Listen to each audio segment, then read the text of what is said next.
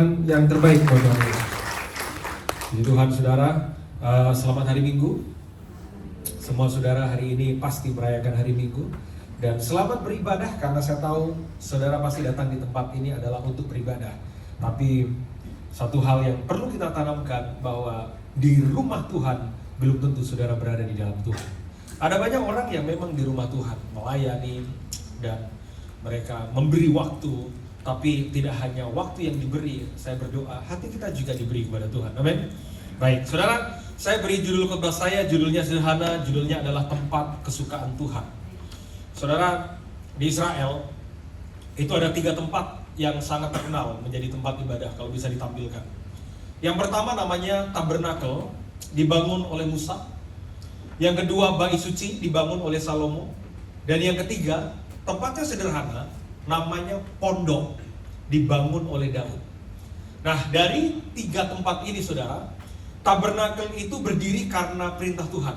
Satu kali Tuhan bicara sama Musa, "Musa, kamu dirikan tempat ibadah supaya umatku bisa beribadah kepadaku." Saudara, saya tidak katakan itu salah. I'm sorry to say. But many people, banyak orang yang datang ke Tuhan berdasarkan konsep seperti Tabernakel, berdasarkan perintah.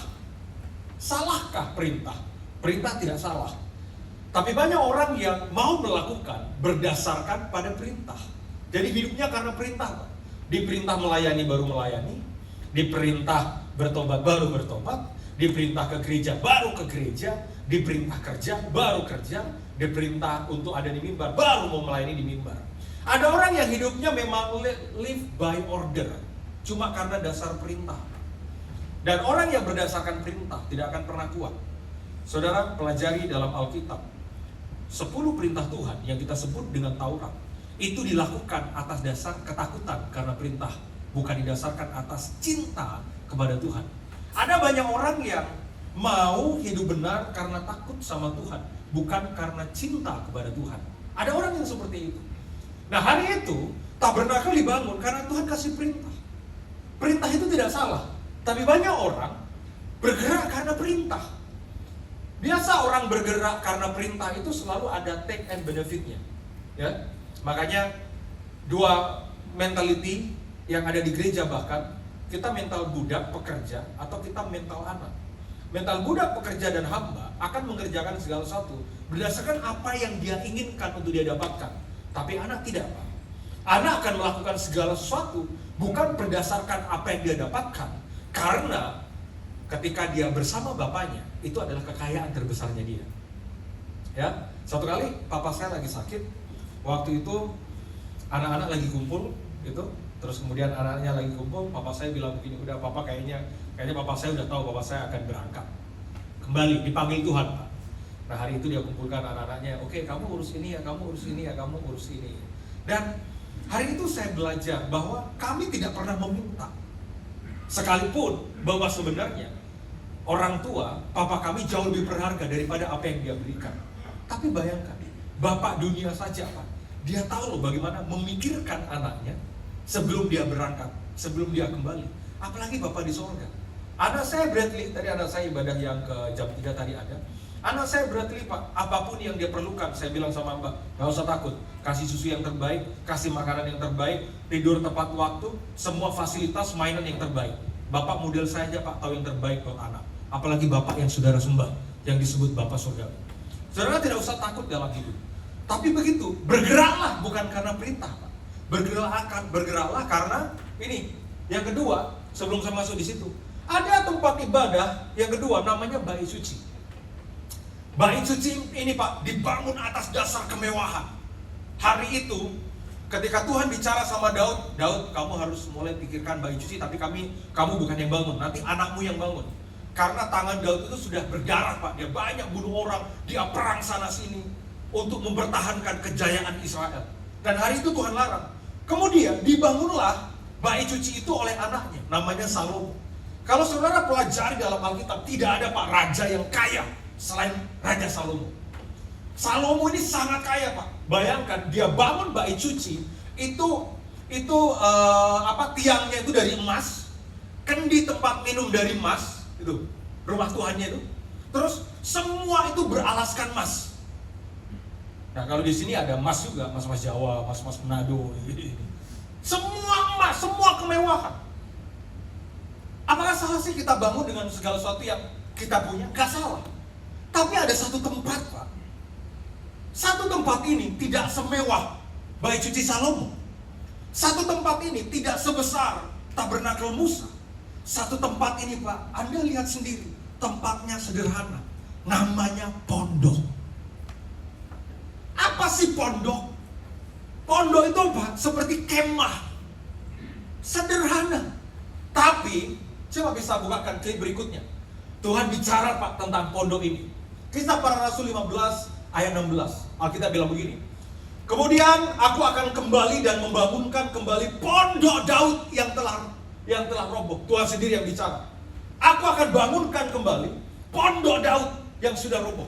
Dan ini, ayat ini bicara bukan pada sekedar perjanjian lama, tapi diulangi lagi dalam perjanjian baru. Betapa pentingnya nama itu disebut pondok Daud. Kenapa? Dan reruntuhannya akan kubangun kembali dan akan kuteguhkan. Begini, memang pondok, Pak, tempatnya sederhana. Tempatnya kecil. Tidak semewah Bait Suci Salomo. Tidak sebesar Tabernakel Musa. Tapi pondok Tuhan suka karena orang yang membangunnya. Jadi Tuhan tidak lihat pada bangunannya. Tapi Tuhan lihat pada siapa yang membangunnya. Betapa spesialnya Daud di hadapan Tuhan. Saya lihat nih. Mulai dari tabernakel besar, bait suci, mewah. Ada orang yang begitu, ya Pak, saya kalau melayani, kalau sudah diberkati, dia merasa dia layak melayani karena rumahnya 3, mobilnya 5, segala bentuk kemewahan. Saudara, saya tidak katakan segala bentuk kemewahan, kelimpahan yang saudara dapatkan itu salah. Enggak.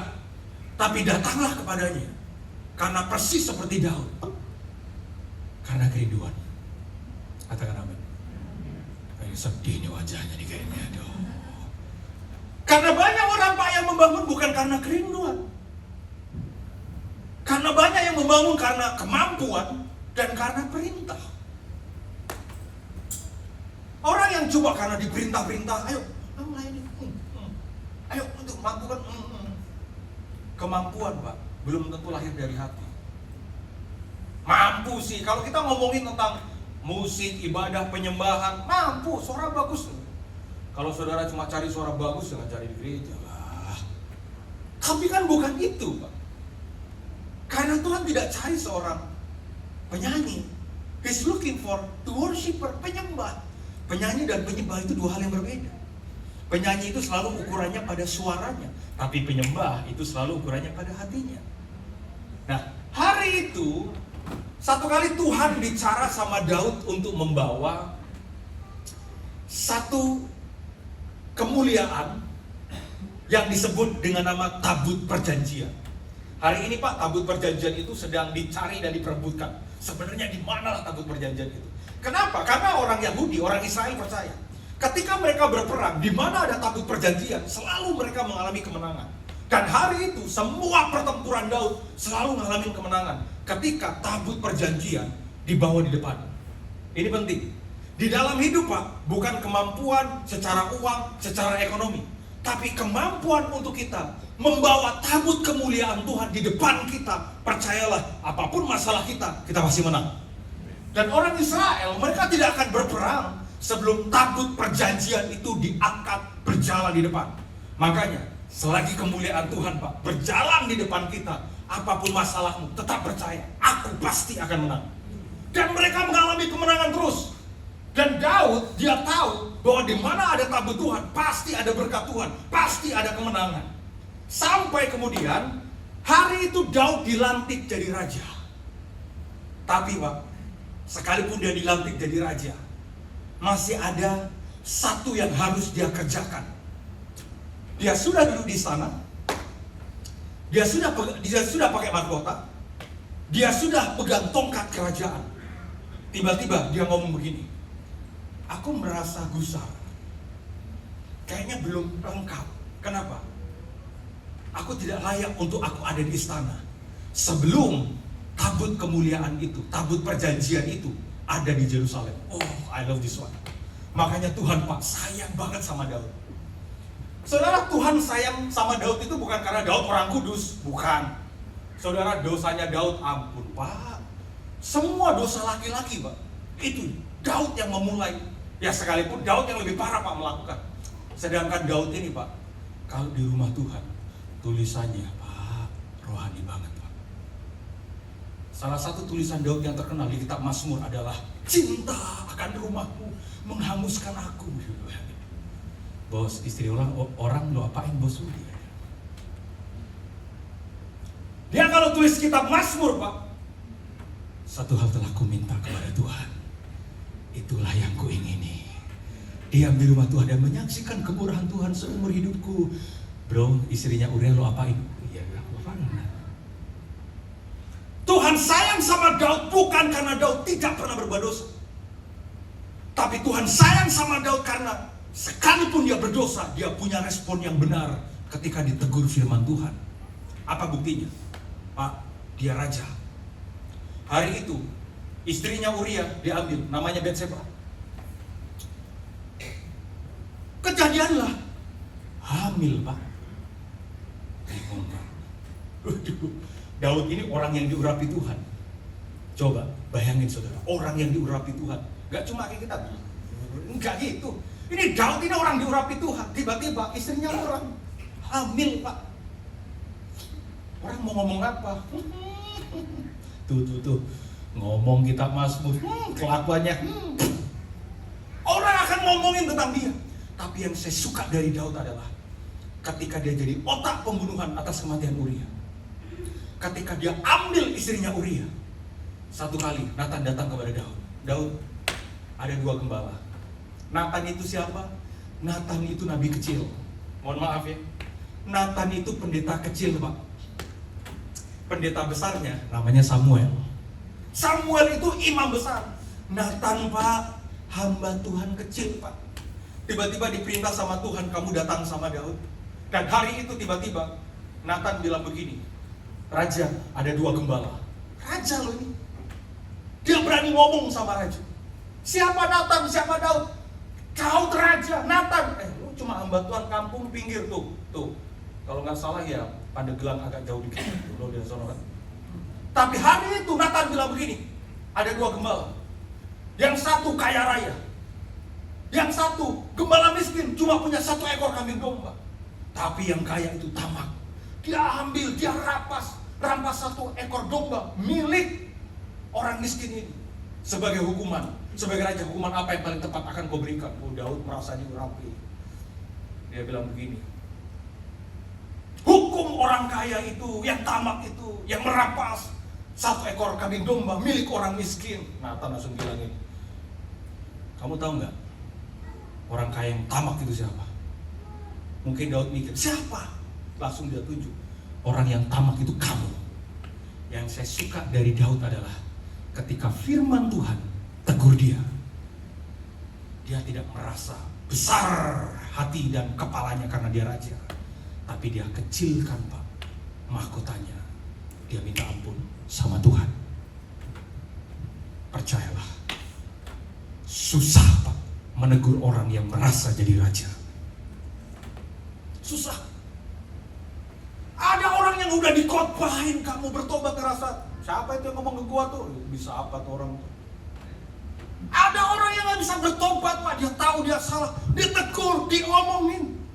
Makanya, mohon maaf, kalau suara dari mimbar, suara pendeta sudah tidak bisa didengar dan kebal akan suara pendeta, saya berdoa suara Tuhan yang bicara sendiri buat orang itu. Cuma Pak, Petrus itu nulis begini, ngiri benar kalau orang jatuh di tangan Tuhan. Kok kayaknya sedih kayaknya. Kasih salam kanan kiri, bilang Yesus baik. Karena alasan ini Tuhan suka sama Daud. Orang ini raja. Padahal gampang Pak. Untuk orang tidak tahu dosanya dia tinggal bilang begini, hamba Tuhan kampung ini, prajurit, kalau nyiapkan aja lah, udahlah, kau kasih duit dulu supaya tutup mulutnya. Tapi dia ketika dia tegur, kamu tahu nggak yang tamak itu siapa? Kamu. Dia bersimpuh, dia berdoa, dia merendahkan, dia lepas mahkotanya, dia lepas tongkatnya, jubah rajanya, dia pakai baju efod, dia berdoa. Kemudian ada tulisan yang terkenal, Tuhan, semua boleh engkau ambil daripadaku, satu saja, jangan engkau ambil rohmu daripadaku. Dan itu hati Daud yang cinta sama Tuhan. Sampai kemudian ketika dia jadi raja, tabut perjanjian itu belum ada di Yerusalem. Maka Daud dia kumpulkan 30.000 lebih prajuritnya, bawa tabut perjanjian, bawa masuk ke Yerusalem. Hari itu Daud melakukan kesalahan. Kenapa? Karena tabut perjanjian itu seharusnya digotong, di pundak, dipikul. Tapi hari itu tabut perjanjian ditaruh di kereta. Maka adalah kejadianlah, nanti saudara baca ayat sebelumnya, sebelum saya masuk di khotbah saya. Maka terjadilah tiba-tiba kereta itu tergelincir. Karena tabut perjanjian itu ada di situ. Tiba-tiba ada namanya Uza berupaya untuk menyelamatkan tabut perjanjian. Tuhan malah marah sampai Musa itu mati. Nah, ketika Uza mati, Daud mikir, gimana caranya? Perjalanan masih jauh. Buat apa aku jadi raja? Pakai mahkota, tapi tabut kemuliaan tidak ada di Yerusalem. Kita itu harus berpikir begitu, Pak. Buat apa, Pak? Kita kaya, punya rumah besar, mobil mewah, rekening semuanya ada, tapi nggak ada hadirat Tuhan. Harusnya berpikirlah di situ. Sedangkan orang zaman sekarang berbalik, ya buat apa Tuhan kalau nggak punya duit, nggak punya rumah? Ada orang yang berpikir begitu. Apalagi cewek-cewek yang jomblo zaman sekarang, ampun, mohon maaf ya. Saya tidak menyinggung, menabrak secara langsung. Ada yang cewek-cewek masih jomblo, kamu nanti cari pasangan gimana? Aku mau cari yang kantongnya tebel. Aku mau cari yang punya rumah, punya mobil, udah mewah. Maaf, apa yang ada di kantongnya dia tidak lebih penting daripada apa yang ada di hatinya dia. Saya ngalamin, Pak. Makanya kalau masih ada yang jomblo, belajarlah dari istri saya. Istri saya dari kecil nggak pernah susah. Datang Pak Pendeta, gembel, diajak nikah lagi. Makanya saya ditolak, Pak. Tapi istri saya nggak menolak, karena dia tahu. Itu tadi, di antara 3 tempat tadi itu ada tabernakel, ada bait suci, ada pondok Daud. Ya, David ini memang kesukaannya dia, kira-kira gitulah. Saudara pokoknya sedih gitu. Ya, saudara, maka lihatlah pada apa yang ada di hatinya. Nah, ketika Daud gagal, maka 2 Samuel pasal yang ke-6 kalau tidak salah, ayat 11. Saudara bersuka cita, katakan amin. Saudara suka dengan firman Tuhan, katakan amin. Nah, hari itu tabut perjanjian tidak langsung dibawa ke Yerusalem karena Daud gagal. Maka tabut perjanjian itu ditaruh di rumah namanya Obed Edom. Kita baca 2 Samuel pasal 6 ayat 11, 1, 2, 3. 3 bulan lamanya tabut Tuhan itu tinggal di rumah Obed Edom, orang Gad itu. Dan Tuhan memberkati Obed Edom dan seisi rumahnya. Jadi gini, ketika tabut itu gagal dibawa, maka Daud cari alternatif. Wah, ini daripada ada yang mati lagi, tadi Uza udah mati. Ini aja, kita titip tabut perjanjian. Kita titip tabut kemuliaan itu. Dan di situ nggak ada orang Yahudi, di situ nggak ada orang Israel. Maka rumah zaman itu, Pak, itu kan padang gurun ke padang gurun. Jadi rumah itu tidak berdekatan. Satu rumah itu kadang 1 kilometer lagi baru ada rumah lagi. Dan di tempat di situ ada rumah yang dekat, namanya Obed Edom. Siapa Obed Edom ini? Obed Edom bukan orang Israel. Siapa Obed Edom ini? Obed Edom bukan orang Yahudi, tapi terpaksa Daud taruh tabut perjanjian itu di rumah Obed Edom. Nah, berapa lama? Enggak 3 tahun. Berapa lama? 3 bulan. Ini yang saya percaya, Pak. Orang kalau sudah dipromosikan Tuhan, itu tidak begini. Dulu 0, terus 1, terus 2, terus 3, terus 4, terus ya karena berbuat dosa balik lagi 2, terus 3, terus 4, terus 5. Enggak. Orang kalau ada kemuliaan dan promosi Tuhan, dulu 0, tiba-tiba 10, tiba-tiba 30, tiba-tiba 60. Karena saya percaya orang yang mengasihi Tuhan punya berkat yang terbaik yang datang dari Tuhan. Kelamaan, Pak, kalau 0, 1, 2, 3, kelamaan, Pak. Saya pernah ceritakan yang teman saya Reinhard, kan? Teman saya Reinhard 8 tahun yang lalu hanya seorang worship leader, Pak. terkenal dengan worship leader dari gang-gang kampung-kampung persekutuan doa, naik motor, punya istri, 2 anak, kemana-mana kadang naik motor, bawa gitar, melayani Pak dari gang-gang sempit persekutuan doa. Tiba-tiba 3 tahun yang lalu beli hotel 80 miliar cash di Bali. Masuk akal gak? Itu Tuhan. Saudara kalau tahu cerita tentang hidup saya, tanya ini Pak. Dia lihat bagaimana perjalanan hidup saya. Gak punya apa-apa, sampai kemudian ngalamin berkat Tuhan. Sampai, tapi itu saya tidak pernah tidak sungguh-sungguh Pak dalam urusan pelayanan dan doa. Gak pernah. Karena saya tahu kalau kita mau berkat yang terbaik, maka kasih diri Pak yang terbaik buat Tuhan. Hari itu Obed-Edom. Siapa sih Obed-Edom Pak? Bisa ditampilkan. Ini Obed-Edom, ada klipnya. Obed-Edom. Bisa tampilkan kan? Ada di filenya, ada Obed-Edom. Siapa sih sebenarnya Obed-Edom? Yang file saya sudah siapkan. Ada di filenya semuanya. Ada di filenya multimedia.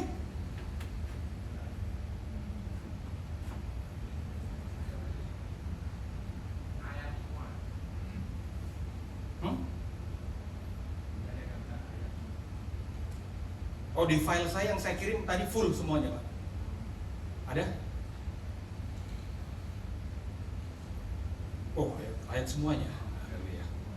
Baik, saudara, saya tulis perjalanan, ada Pak? Nah, itu dia. Terima kasih Pak. Saudara, saya tulis perjalanan hidup saya dengan Tuhan itu ada di buku ini. Saya tulis buku judulnya Menang Atas Masalah. Ya, saudara bisa dapatkan buku ini di belakang.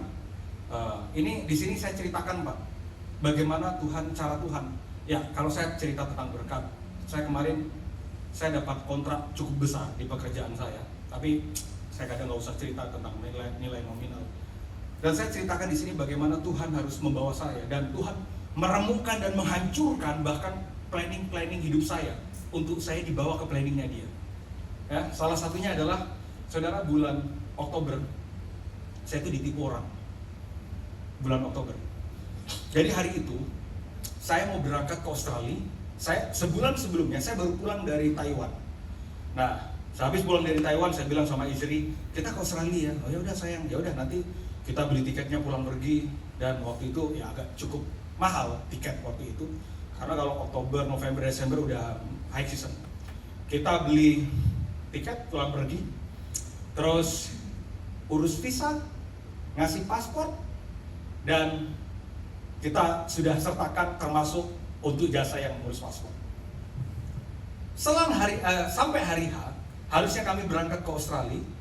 Tiba-tiba paspor kami dibawa kabur. Bayangin tuh. Orang Kristen juga sih. Kok saudara setia saja. Dibawa kabur ke Bali, paspor hilang, uang untuk visa hangus, tiket hangus.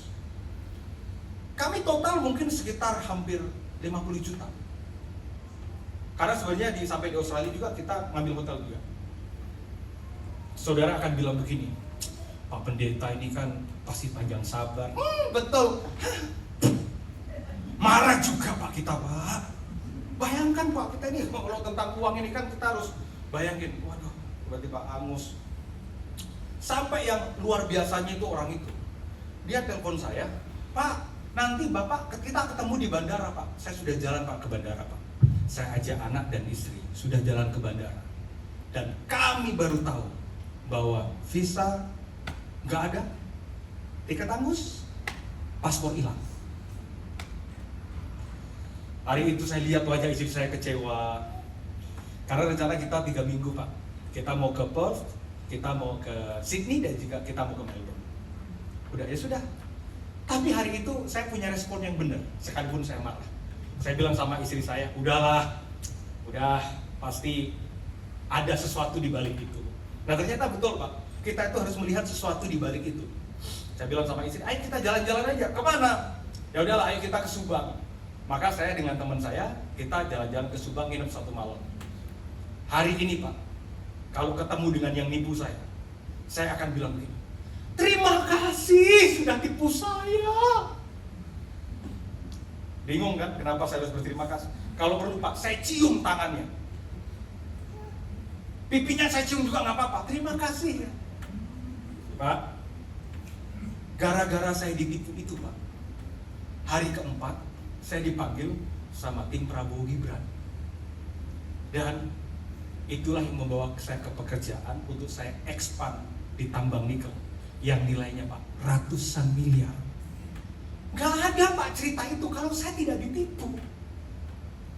Makanya benar ternyata dalam hidup itu terkadang Tuhan harus menghancurkan rencana kita untuk dibawa pada rencananya Dia.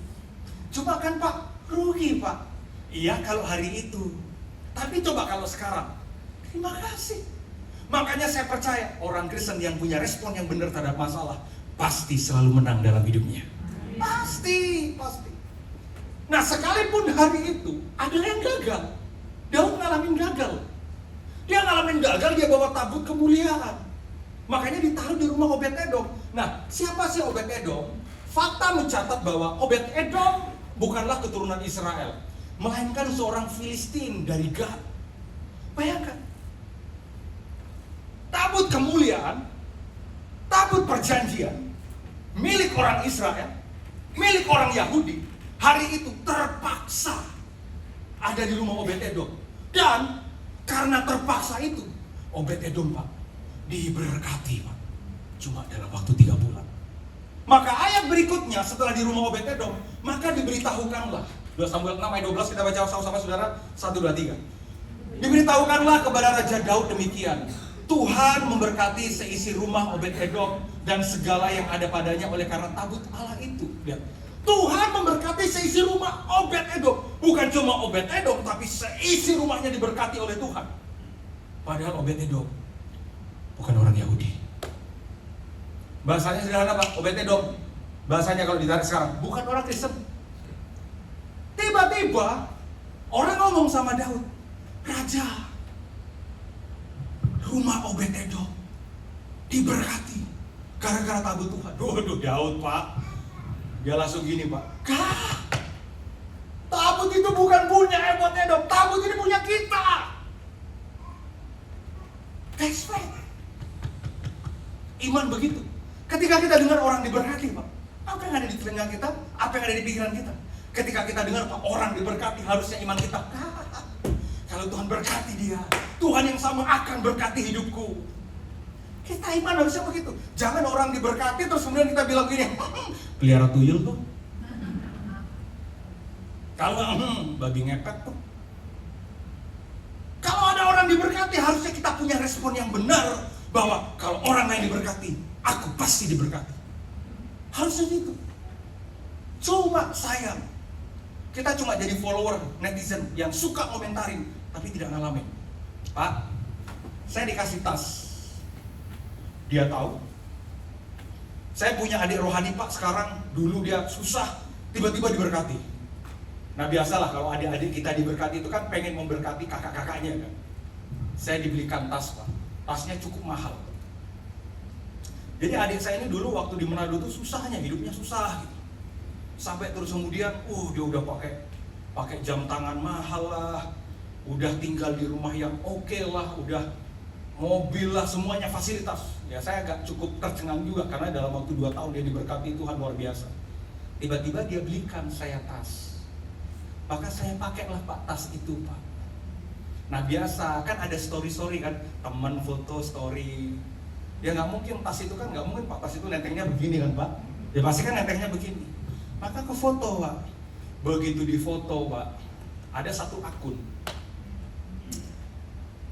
yang ngomongin tentang saya. Pokoknya akun yang suka, udahlah ngomongin tentang pendeta itu. Sekarang saya bingung juga. Saya lihat kayaknya adminnya ada di tempat ini ya. Saudara. Dia bilang, ini pendeta akhir zaman. Pakai duit jemaat untuk beli-beli barang penuh kemewahan. Aduh, saya tuh pengen, ya sudah sabar. Dikasih orang Pak.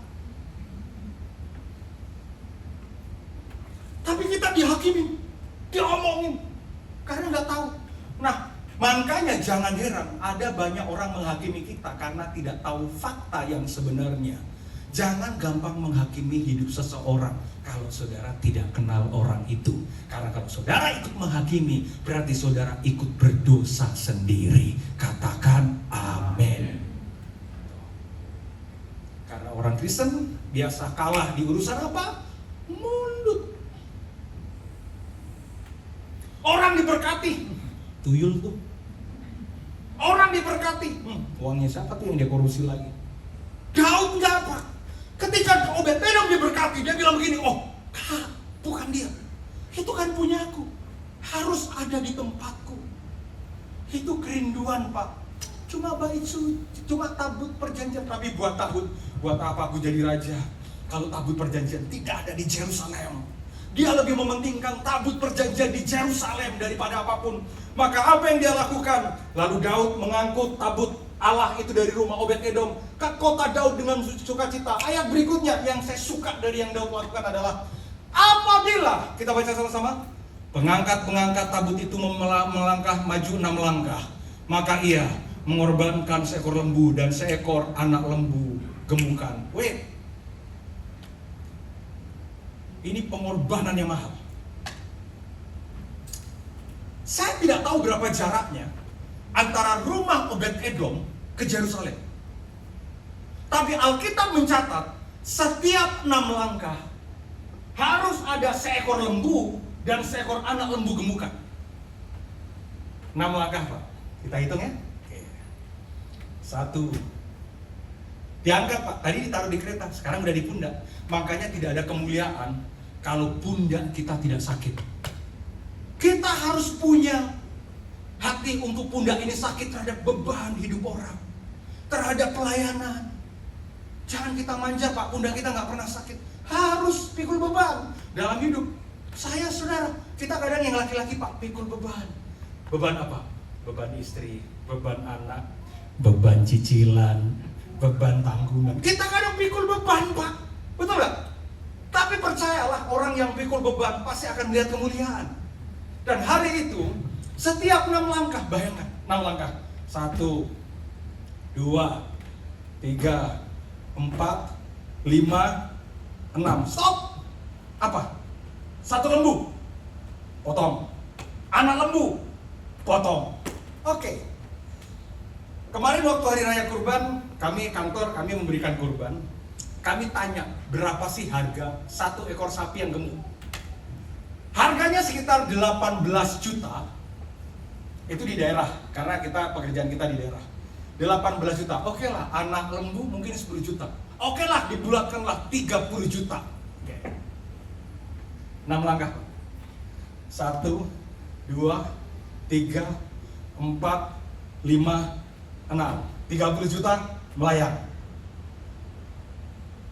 Maju lagi, Pak, 6 langkah. 1, 2, 3, 4, 5, 6. 30 juta melayang. Pertanyaannya, Pak, berapa kilo dan berapa jumlah yang harus Daud korbankan demi sebuah tabut perjanjian? Mohon maaf, dia menari-nari, Pak, dengan sukacita.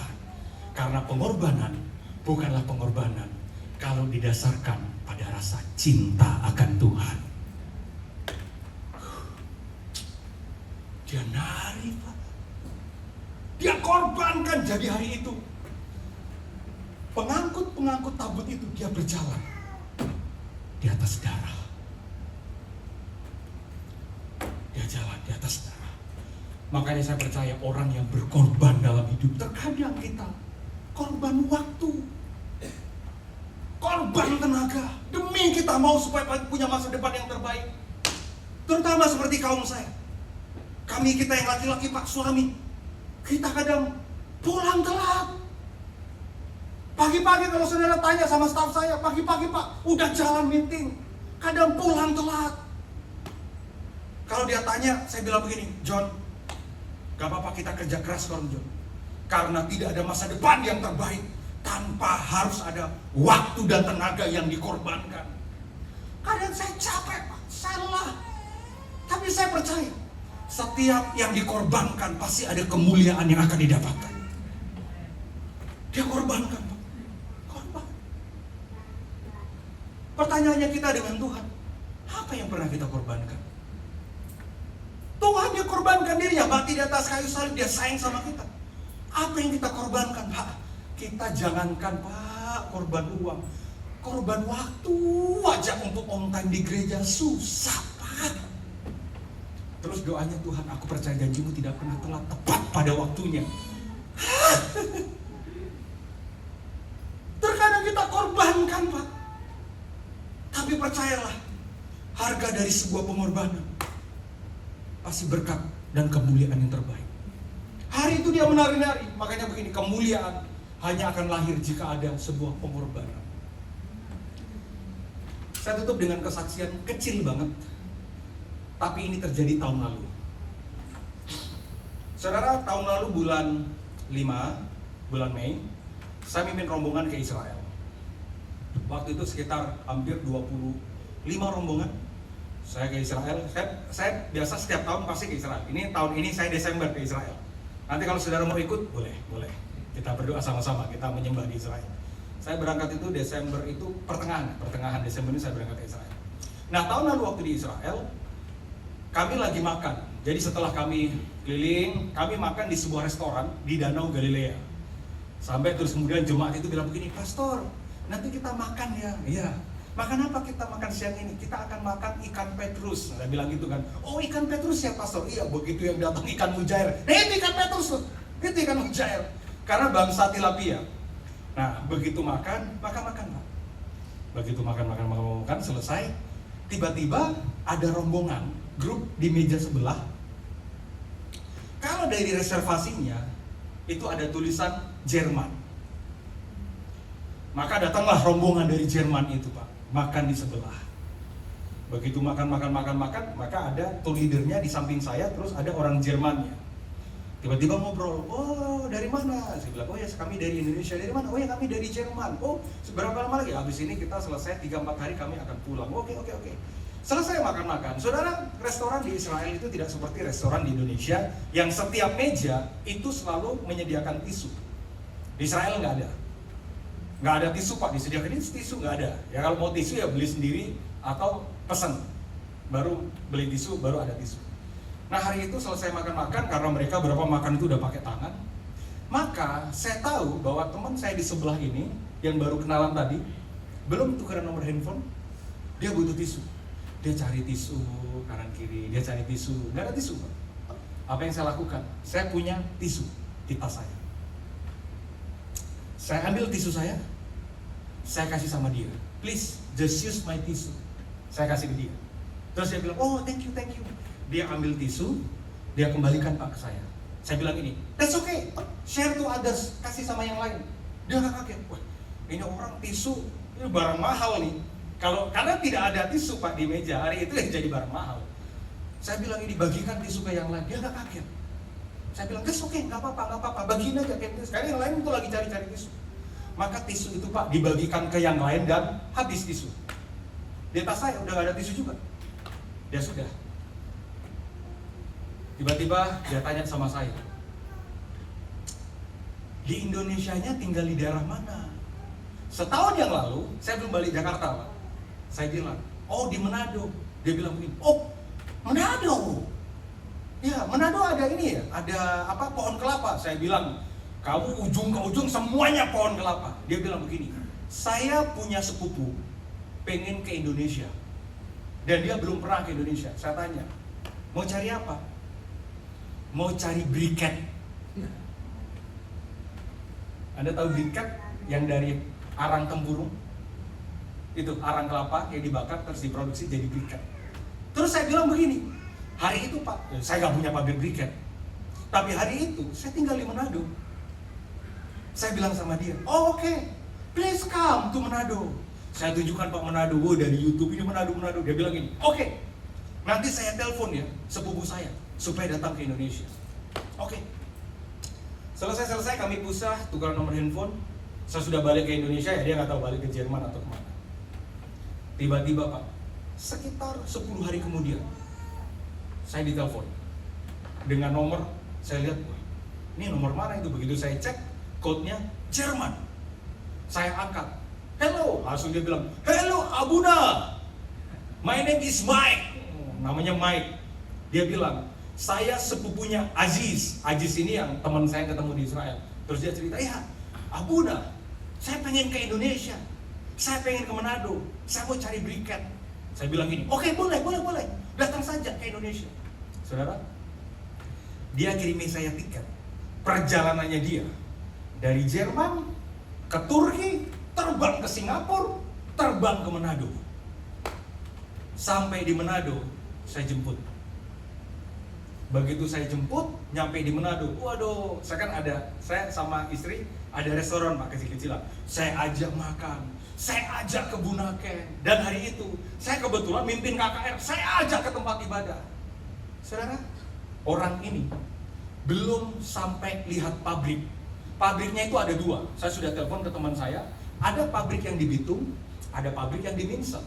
Ke Bitung itu butuh waktu karena sudah ada tol 40 menit. Ke Minsel itu bisa butuh waktu 1,5 jam. Anda tahu apa yang dia lakukan? Selesai dari Bunaken, nyelam, mandi-mandi, berenang, bakar-bakar ikan. Dia langsung datang, ketemu, dia bilang begini, saya minta ada ahli hukum untuk kita buat perjanjian. Saya bilang begini, oh Mike, bentar, kamu belum cek pabriknya. Dia bilang, gak perlu cek pabrik, aku udah percaya, udah ketemu sama kamu. Saudara, gara-gara pengorbanan kecil tentang tisu Pak, saya sama partner saya, kami untung 280 juta cuma karena tisu. Karena kami kirim 1 kontainer briket. Dan hari ini Pak, hampir tiap bulan saya kirim ke Jerman briket dari pabrik teman saya.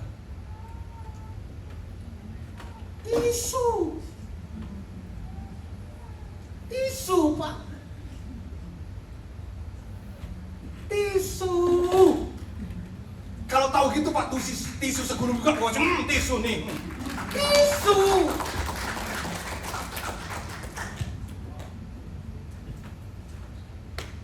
Jangan sepelekan tentang sebuah pengorbanan Pak. Tisu Pak. Kalau gua tahu Pak, ternyata untungnya begitu. Tisu 1 kontainer juga gua kirim. Tisu Pak, tisu. Apalagi demi hadirat Tuhan. Daud bilang, sikat lembunya, potong. Orang bilang, bos, pemborosan. Nggak ada pemborosan. Pemborosan tuh lembu nih, udah lu diem, lu ajar juga. Potong. 6 langkah, potong lagi, 6 langkah, potong lagi, 6 langkah, potong lagi. Dan dia Pak menari-nari Pak. Dia menari-nari sampai dia dihina.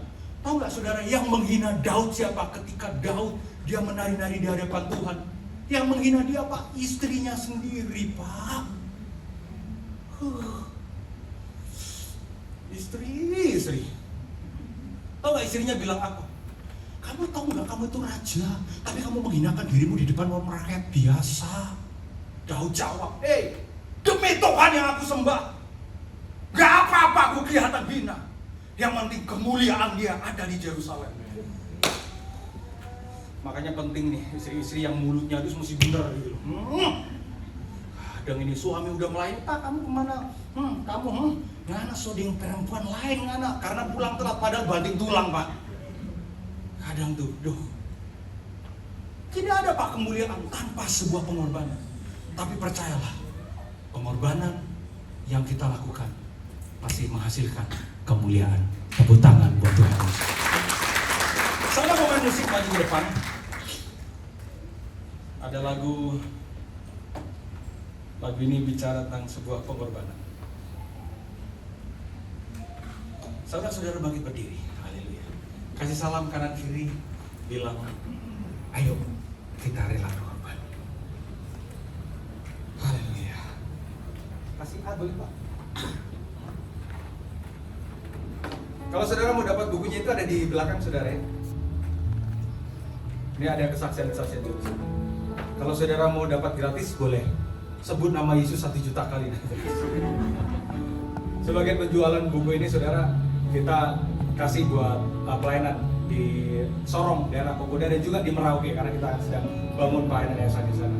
Ku telah mati dan tinggalkan